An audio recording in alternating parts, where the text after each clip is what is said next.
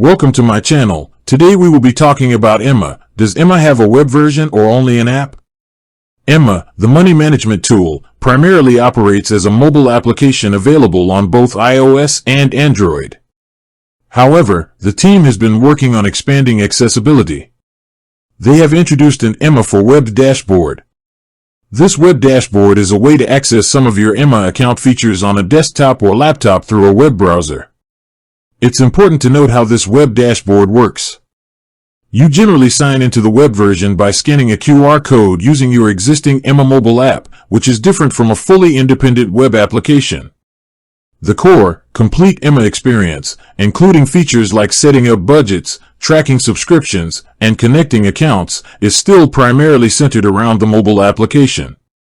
While there is this web access, users often find the mobile app to be the main platform for day-to-day money management and comprehensive feature use.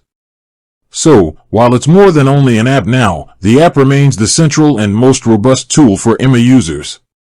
With that being said, thank you for watching. For more finance videos, kindly check my page. Please like, share, comment, and subscribe to my channel. Thank you.